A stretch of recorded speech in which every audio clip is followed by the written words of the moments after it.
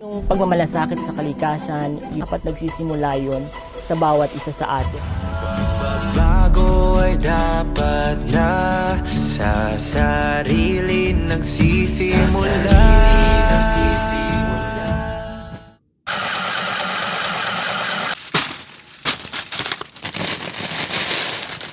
Kumusta, Verified? Ako si Purple Dibiri. Ito ang aking very quick vlog. Sa pirasong ito, gumamit ako ng 281 piraso ng mga basyong pabalat ng 3-in-1 instant coffee. Habang ang skirt naman nito ay galing sa industrial waste, ang fabrics nito ay ginagamit sa paggawa ng mga furniture. Nilagyan ko din ito ng mga bulaklak na disenyo na gawa mula sa mga retaso ng tela. Verified, walang basurang itatapon kapag may malikhaing imahinasyon. Ito ang aking pahina, ang Trashon Empress. Bilang isang Trashon designer, hangarin ko na makapagbigay ng kamalayan upang lahat tayo ay maging bahagi ng solusyon sa lumalalang problema sa basura.